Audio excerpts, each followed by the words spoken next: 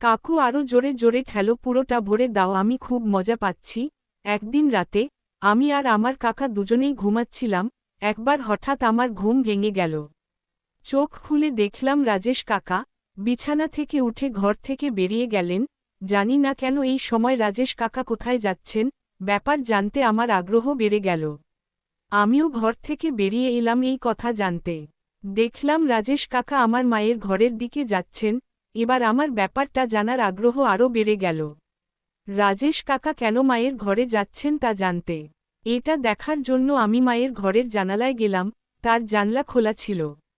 আমি জানলা দিয়ে মায়ের ঘরে উকি দিতে লাগলাম। আমার মা বিছানায় ঘুমাচ্ছিলেন। এবার রাজেশ কাকা তার শার্ট খুলে বেল্ট খুলে দিলেন।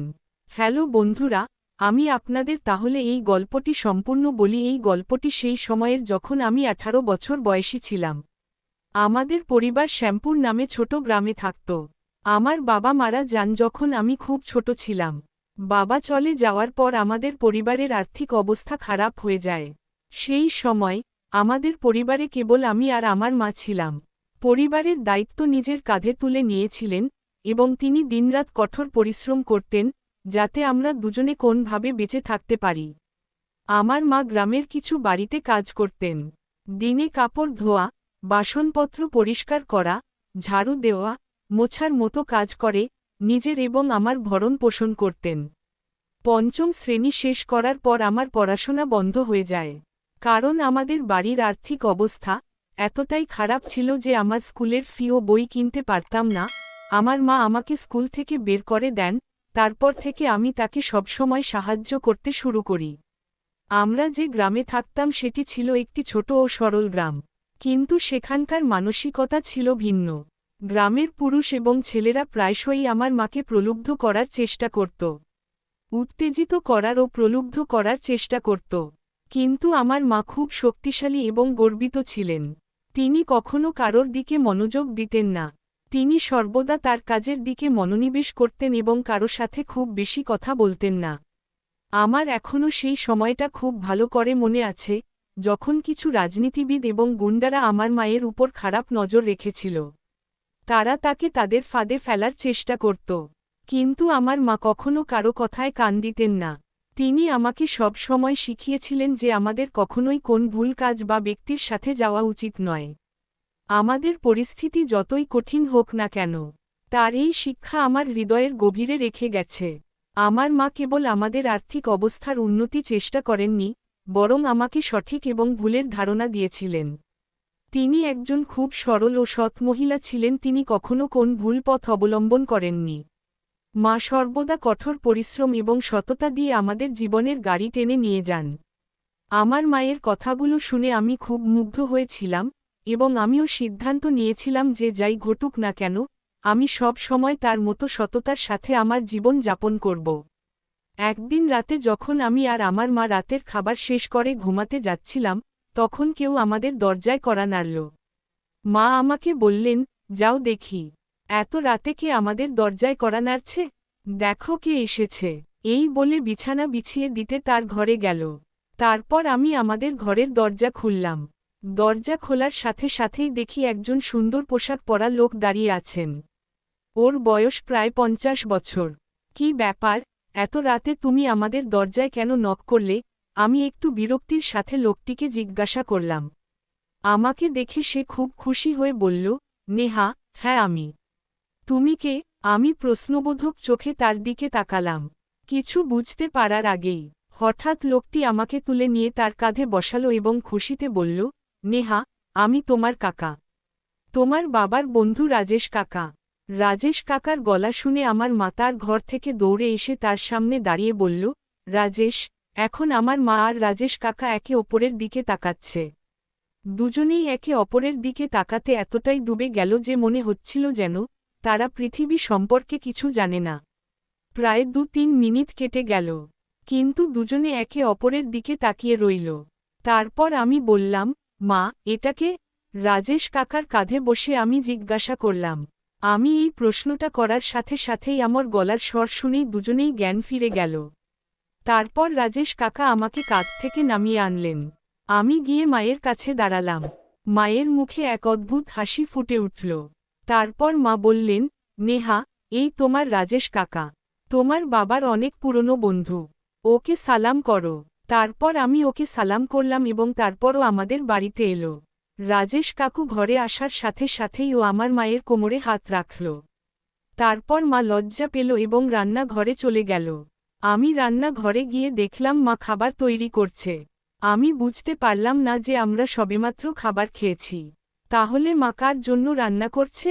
আমি মাকে গিয়ে জিজ্ঞাসা করলাম, তুমি এখন কার জন্য রান্না করছো? তোমার রাজেশ কাকু, বেচারা, সে অনেক দীর্ঘ ভ্রমণ করে এসেছে। সে নিশ্চয়ই ক্ষুধার্ত। মা আমাকে চিন্তিত গলায় বলল। আমি বললাম, ঠিক আছে, কিন্তু তুমি বলো যে সে যদি বাবার পুরনো বন্ধু হয়, তাহলে সেই এখন এখানে কেন এসেছে? মা বললেন, সেও এই গ্রামের। সে এখানেই থাকত। সে প্রতিদিন আমাদের বাড়িতে তোমার বাবার সাথে দেখা করতে আসত। যখন তোমার বাবা বাড়িতে থাকতেন না, তখন সে আমাকে সাহায্য করত। সে খুব ভালো মানুষ। সেই সময় অনেক মজা হতো। আমরা অনেক মজা করতাম। যখন তুমি জন্মেছিলে, সে দুবাই গিয়েছিল এবং আজ এত বছর পর ফিরে এসেছে। সে একা থাকে, আর কেউ নাই, তাই সেখানে থাকতে এসেছে এবং যাই হোক, আমি ছাড়া আর কে আছে? আগামীকাল সে তার বাড়িতে যাবে। আমাকে এইসব বলার সময় মা খুব খুশি মনে হচ্ছিল এবং তার চোখে আলাদা একটা ঝলক ছিল। আমি তখন ছোট ছিলাম, তাই আমি কিছুই বুঝতে পারিনি। মায়ের আচরণে হঠাৎ পরিবর্তন এবং সে আমাকে যা বলেছিল, তার অর্থ আমার বোধগম্য তার বাইরে ছিল। মা বললেন, এখন তোমার ঘরে যাও এবং খাওয়ার প্রস্তুত না হওয়া পর্যন্ত তোমার রাজেশ কাকার সাথে কথা বল। মা এই কথা বলার সাথে সাথে আমি আমার ঘরে চলে গেলাম। রাজেশ কাকা তার সমস্ত জিনিসপত্র আমার ঘরে এক কোণে রেখে দিলেন এবং তিনি মেঝেতে বসে হুক্কা খাচ্ছিলেন। আমি যখন তার কাছে গিয়ে বসলাম, তখন তিনি হুক্কা খাচ্ছিলেন এবং আমার সাথে কথা বলতে শুরু করলেন। সেই সময় আমি তার কথা শুনে জানতে পারলাম যে তার একটি দুবাইতে বড় রেস্তোরাঁ আছে। সেই রেস্তোরাঁ থেকে সে অনেক টাকা আয় করেছে। কিন্তু গত কয়েকদিন ধরে সে তার গ্রামের কথা খুব মিস করছিল। তাই সে তার রেস্তোরাঁ বিক্রি করে গ্রামে স্থায়ীভাবে বসবাস করতে ফিরে এসেছে। রাজেশ কাকা তার বাক্য শেষ করে হুক্কার আর একটা ফু খেয়েছে। এখন দেখো, আমি তোমার সামনে। বহু বছর পর এখানে ফিরে আসা আমার কাছে স্বপ্নের মতো। তুমি বড় হয়েছ এবং তোমার মাকে দেখে মনে হচ্ছে যেন কিছুই বদলায়নি। আমি তার কথা মনোযোগ দিয়ে শুনছিলাম, কিন্তু আমার মনে অনেক প্রশ্ন জাগছিল। এত রাতে তার আসা, মা হঠাৎ এত খুশি হয়েছিল এবং তাদের একে অপরের কথোপকথন, এই সব কিছুই আমার কাছে কিছুটা অদ্ভুত মনে হচ্ছিল। রাজেশ কাকা এবং মায়ের মধ্যে কিছু গভীর সম্পর্ক ছিল যা আমার কাছে গোপন ছিল। আমরা কথা বলছিলাম যখন হঠাৎ সে আমাকে বলল, আমাকে রাজেশ কাকা ডাকো না, শুধু রাজেশ ডাকো। এখন যখন আমি তার সাথে কথা বলছিলাম, কিছুক্ষণ পর আমার মা আমার ঘরে রাজেশ কাকাকে রাতের খাবার জন্য ডাকতে এলেন এবং তাকে রাতের খাবারের জন্য ডাকার পর তিনি রান্নাঘরে গেলেন। আমিও রাজেশ কাকার সাথে রান্নাঘরে গেলাম। তারপর মা তার জন্য প্লেট পরিবেশন করলেন। তারপর রাজেশ কাকু পেট ভরে খেয়ে ফেললেন এবং তারপর বসে বসে হাই তুললেন। তারপর আমার মাকে জিজ্ঞেস করলে, মধু, তুমি কি আমার জন্য খাবার বানিয়েছ? তুমি কি ক্লান্ত নও? তারপরও তুমি আমার জন্য এত কিছু করেছ। আমি কখন ক্লান্ত ছিলাম যে এখন আমি কিভাবে ক্লান্ত হব? মাথার দিকে হালকা হাসি দিয়ে বললেন। তারপর রাজেশ কাকু হাসতে হাসতে রান্নাঘর থেকে বেরিয়ে গেলেন। মা আমাকে বলেন, এখন তুমি তোমার ঘরে যাও এবং ঘুমাও। রাজেশ কাকু তোমার ঘরে ঘুমাবে। আমি আমার ঘরে এলাম। রাজেশ কাকু এখনও হুক্কা খাচ্ছিলেন। আমি বিছানা বেছিয়ে রাজেশ কাকুর বিছানা আমার বিছানার কাছে রাখলাম। রাজেশ কাকু এখনও হুক্কা খাচ্ছিলেন এবং তার চোখে এক অদ্ভুত চকচকে ভাব ছিল। মা বলেছিলেন যে তিনি আমার ঘরে ঘুমাবেন, কিন্তু আমি এতে কিছুটা অস্বস্তি বোধ করছিলাম। আমি চুপচাপ আমার বিছানায় বসে রইলাম, চিন্তায় ডুবে রইলাম। রাজেশ কাকু ধীরে ধীরে ঘরে এসে নিজের বিছানায় শুয়ে পড়লেন। ঘরে নীরবতা ছিল এবং কেবল হুক্কার ধীর শব্দ শোনা যাচ্ছিল। আমি আমার চাদরটি শক্ত করে ধরে শুয়ে পড়লাম, কিন্তু ঘুমাবার থেকে অনেক দূরে ছিল। হঠাৎ রাজেশ কাকুর নীরবতা ভাঙল। নেহা, তুমি বড় হয়ে গেছ, কিন্তু তুমি আগের মতোই সুন্দর দেখাচ্ছ। তোমার মা তোমাকে ভালোভাবে মানুষ করেছে। এটা শুনে আমি একটু চমকে গেলাম কিন্তু কোন প্রতিক্রিয়া দেখলাম না। আমার মনে অস্বস্তি বেড়ে গেল। রাজেশ কাকু আবার কথা বলতে শুরু করল। তুমি আমাকে ভয় পাও না নেহা। আমরা সবাই পরিবার। এই কথা শুনে আমার হৃদয় আরও স্পন্দিত হতে লাগল। আমি কিছু বুঝতে পারছিলাম না যে সে কি বলতে চাচ্ছে, কিন্তু তার কথার মধ্যে একটা অদ্ভুত অর্থ লুকিয়ে ছিল। আমি চুপচাপ শুয়ে রইলাম কিন্তু আমার মনে ভয় আরও বেড়ে যাচ্ছিল। রাজেশ কাকু এখন বিছানায় শুয়ে পড়েছে। তার কাজ এবং কথা আমার মনে সন্দেহ তৈরি করছিল। আমি ঘুমানোর চেষ্টা করলাম কিন্তু কিছু একটা ঘটতে চলেছে। রাতের গভীর নীরবতায় আমি নিজের ঘরে অনিরাপদ বোধ করছিলাম। প্রায় 10-15 মিনিট পর রাজেশ কাকু উঠে ঘরের দরজা বন্ধ করে দিলেন। আমি ঘরের আলো নিভে বিছানায় শুয়ে পড়লাম। আমার কিছুক্ষণ পর হঠাৎ ঘুম ভেঙে গেল। চোখ খুলে দেখলাম রাজেশ কাকা বিছানা থেকে উঠে ঘর থেকে বেরিয়ে গেলেন। জানি না কেন এত দেরিতে রাজেশ কাকা কোথায় যাচ্ছেন জানতে আমার কৌতূহল বেড়ে গেল। এটা জানার জন্য আমিও ঘর থেকে বেরিয়ে এলাম। দেখলাম রাজেশ কাকা আমার মায়ের ঘরের দিকে যাচ্ছে। এবার আমার কৌতূহল আরও বেড়ে গেল যে কেন আমার মায়ের ঘরের দিকে যাচ্ছে। এটা দেখার জন্য আমি মায়ের ঘরের জানালার কাছে গেলাম। তার জানলা খোলা ছিল। আমি জানালা দিয়ে মায়ের ঘরে উঁকি দিতে লাগলাম। আমার মা বিছানায় ঘুমাচ্ছিলেন। রাজেশ কাকা তার শার্ট বেল্ট খুললেন এবং তিনি মাকে সেই জিনিস দিলেন যা বাবা আগে দিতেন। মা এবং রাজেশ কাকা দুজনেই ঘামে ভিজে গেলেন, যেন দুজনেই ঘামে স্নান করেছেন। তাদের শরীর থেকে বিছানায় ফোঁটা ফোঁটা ঘামের মতন পড়ছিল। দুজনেই এত জোরে সার্চ নিচ্ছিলেন যে তাদের নিঃশ্বাসের শব্দ পুরো ঘরে প্রতিধ্বনি হচ্ছিল। এখন আমার ঘুম পাচ্ছে, তাই আমি আমার ঘরে এসে ঘুমিয়ে পড়লাম। সকালে ঘুম থেকে উঠে আমার চোখ গেল রাজেশ কাকার বিছানার দিকে, কিন্তু তিনি বিছানায় ছিলেন না। তারপর রাতের ঘটনাটি মনে পড়ল, তাই আমি তাড়াতাড়ি উঠে ঘর থেকে বেরিয়ে গেলাম। মায়ের ঘরের দরজা বন্ধ কিন্তু জানলা খোলা ছিল। আমি আমার জায়গায় বসে মায়ের ঘরের দিকে তাকাচ্ছিলাম। কিছুক্ষণ পর দরজার লক খোলার শব্দ শুনতে পেলাম। আমি কৌতূহলী হয়ে তাকালাম। রাজেশ কাকা মায়ের ঘর থেকে বেরিয়ে এলেন এবং তারপর আমার মাও ঘর থেকে দ্রুত বেরিয়ে সোজা বাথরুমের দিকে দৌড়ে গেলেন। কিছুক্ষণ পর মা আমাকে ডাকলে এবং বললেন স্নান করে তৈরি হতে। তারপর আমি উঠে রাজেশ কাকার দিকে তাকালাম। তিনি ঘুমাচ্ছেন। আমি বাথরুমে গেলাম। স্নান সেরে প্রস্তুত হয়ে বেরিয়ে এলাম। আমি যখন রান্নাঘরে গেলাম, দেখলাম মা খাবার রান্না করছেন।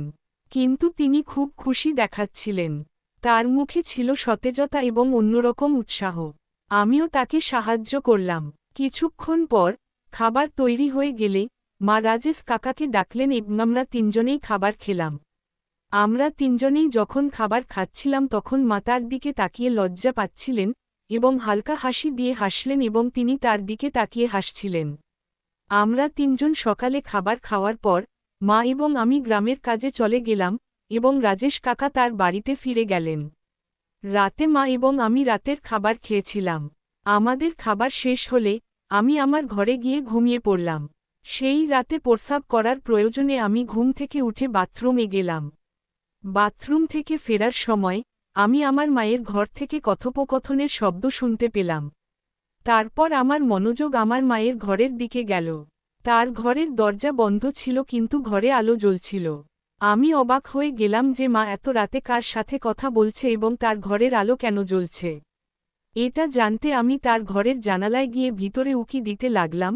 মা বলছিল, ওহ কতক্ষণ হয়ে গেল, কতক্ষণ তোমার জন্য অপেক্ষা করছিলাম। রাজেশ কাকা বললেন, ওহ, আমি গ্রামে আমার রেস্তোরাঁর দোকান খুলতে যাচ্ছি। তাই আমি গ্রামে একটা জায়গা খুঁজছিলাম, কিন্তু সেই জায়গার মালিক অন্য গ্রামে থাকেন। তাই আমাকে তার সাথে দেখা করতে অন্য গ্রামে যেতে হবে। আমাদের দোকান খুললে তোমাকে আর কারো বাড়িতে কাজ করতে হবে না। মা বললেন, গ্রামে একটা রেস্তোরাঁ খুলে তোমার ইচ্ছা পূরণ করবে কিন্তু এখন তুমি আমার ইচ্ছা পূরণ কর। মা হেসে বললেন, রাজেশ চাচা বললেন, যদি তুমি তোমার ইচ্ছা পূরণ করতে চাও তাহলে নিজেই আমার কাছে আসো। আরে কথা বলার পর মা তৎক্ষণাৎ তার কাছে গেলেন। আর তারপর তিনি আগের মতোই করলেন। এখন বেশ দেরি হয়ে গেছে। আমার খুব ঘুম পাচ্ছিল তাই আমি ঘরে গিয়ে ঘুমিয়ে পড়লাম। পরের দিন সকালে ঘুম থেকে উঠে আমি মায়ের ঘরে গেলাম এবং দেখলাম সেখানে কেউ নেই। তারপর আমি রান্নাঘরে মাকে খুঁজতে গেলাম, সেখানে মা রান্না করছিল। তিনি ইতিমধ্যে স্নান রান্নায় ব্যস্ত হয়ে পড়েছেন।